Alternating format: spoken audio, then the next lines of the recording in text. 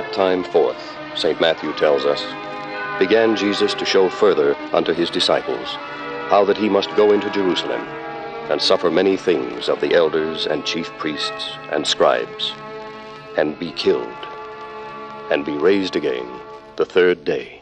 Be it far from thee, Lord. This shall not be unto thee. Get thee behind me, Satan. Thou art an offense unto me. For thou savorest not the things that be of God, but those that be of men. These are hard words, O Lord. We do but seek as best we may, O Lord, to understand thee and come after thee. If any man will come after me, let him deny himself and take up his cross and follow me. For whosoever will save his life shall lose it, and who will lose his life for my sake shall find it.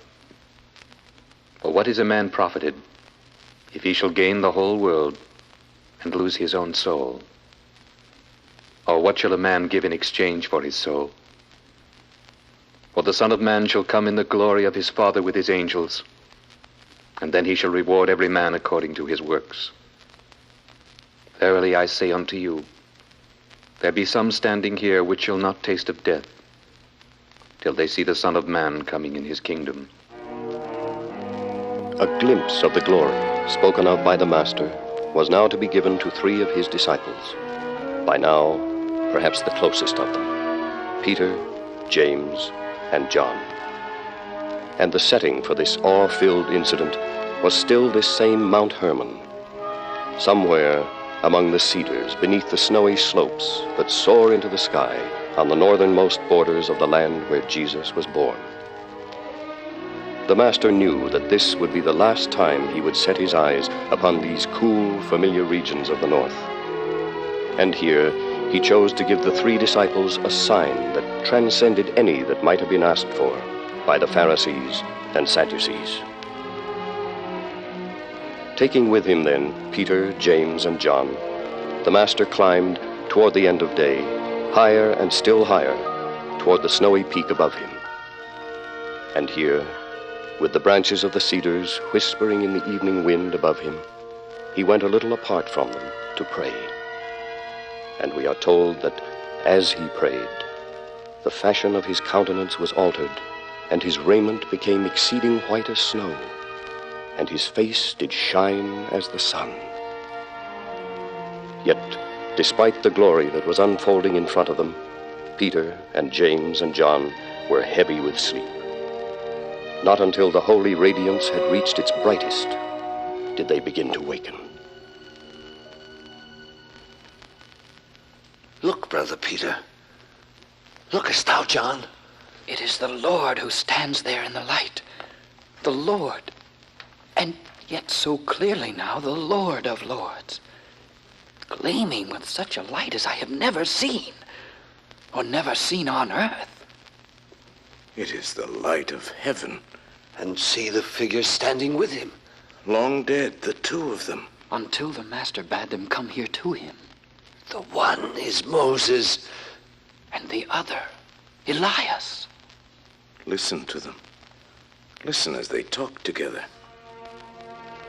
It is of death they talk, Peter. Nay, more, Brother John. It is of his death. The death of Jesus. Yet, strangely, there is no sorrow in their talk. Great peace have they. Master, it is good for us to be here. And let us make 3 tabernacles, one for thee, and one for Moses, and one for Elias. Thou knowest not what thou sayest, Brother Peter. He doth not hear thee.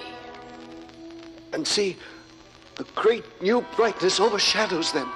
Like all the light of all the stars together.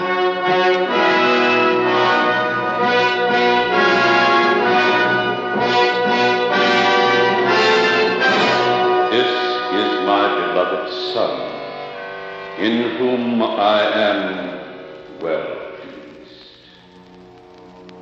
Hear ye him.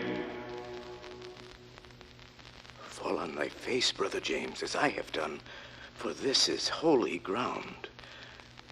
Arise, and be not afraid.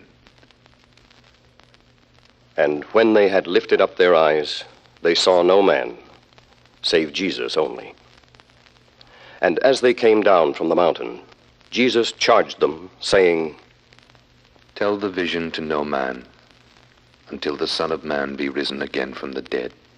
Master, why then say the scribes that Elias must first come? Elias truly shall first come and restore all things. But I say unto you that Elias is come already, and they knew him not, but have done to him whatsoever they listed.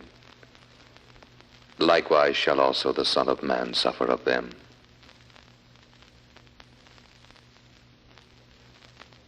Then the disciples understood that he spoke unto them of John the Baptist.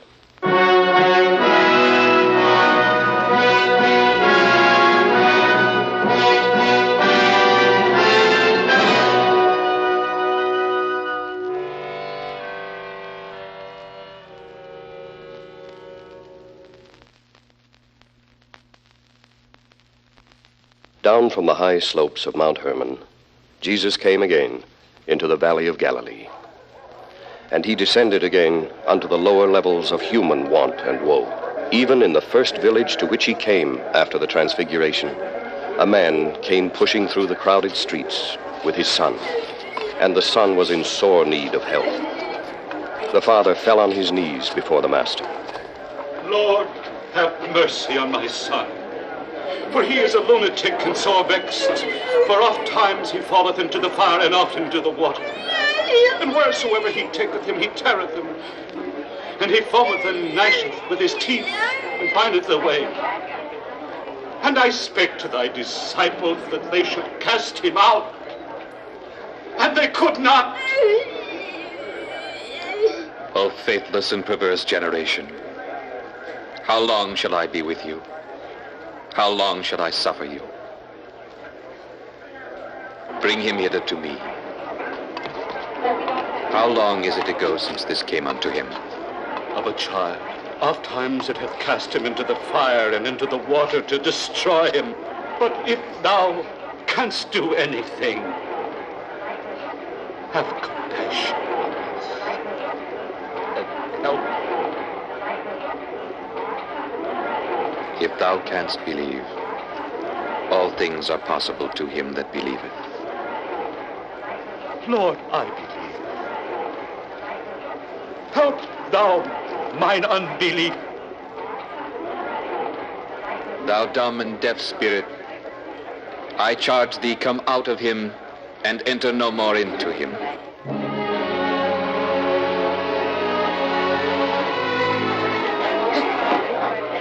He looks as if he were dead. Wait, friend. Wait for the master and see. Look how the Lord hath taken this poor boy by the hand, and now he lifts him up. Oh, my son. See, let me help thee to thy feet. I have been dreaming. It was a fearsome dream, and yet I do forget the dream already, Father. Come home with me.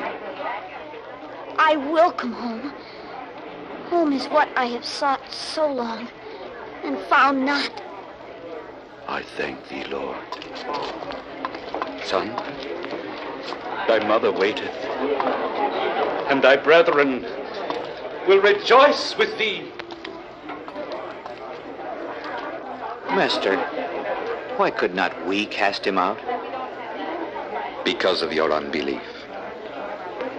For verily I say unto you, if ye have faith as a grain of mustard seed, ye shall say unto this mountain, remove hence to yonder place, and it shall remove, and nothing shall be impossible unto you.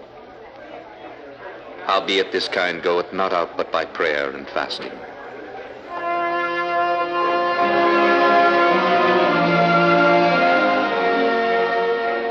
The ministry in Galilee was drawing to a close.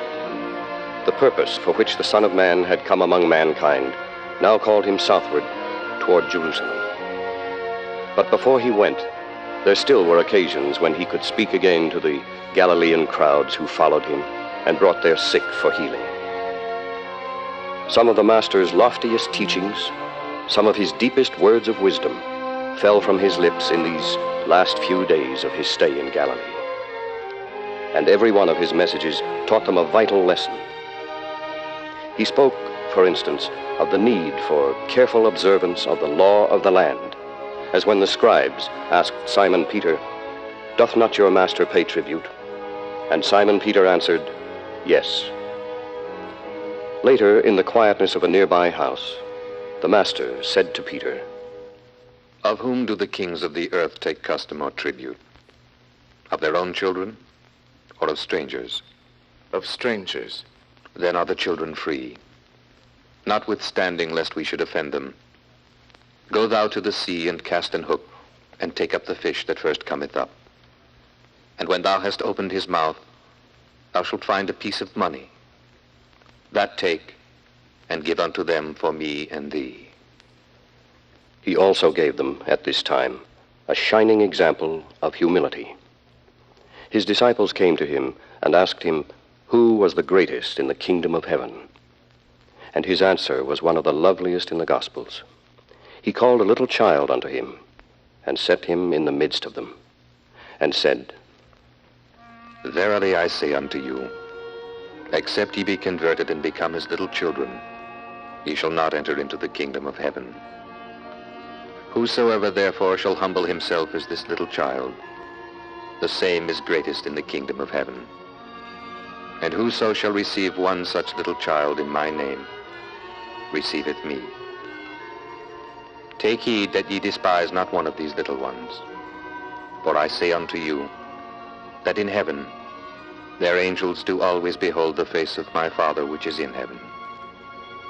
And he emphasized more clearly than ever the protection of the love of God. "The Son of Man is come to save that which is lost. How think ye? If a man have 100 sheep, and one of them be gone astray, doth he not leave the 99 and goeth into the mountains, and seeketh that which is gone astray? Even so it is not the will of your Father which is in heaven, that one of these little ones should perish." He charged them then to remember always the importance of forgiveness. Simon Peter brought to him on one of those final days in Galilee a significant question. Lord, how oft shall my brethren sin against me, and I shall forgive them? Till 7 times? I say unto thee, not till 7 times, but until 70 times 7. And now, at last, came the final break with Galilee. St. Luke says simply, "When the time was come that he should be received up, he steadfastly set his face to go to Jerusalem." Steadfastly indeed was the only way in which his onward movement to all that awaited him in Judea could be described. He did not waver. Voicing and living the love of God, he turned south to Samaria, perhaps to avoid the growing number of Jews who sought to come, for he knew that he must not reach Jerusalem before the fullness of time was clearly upon him.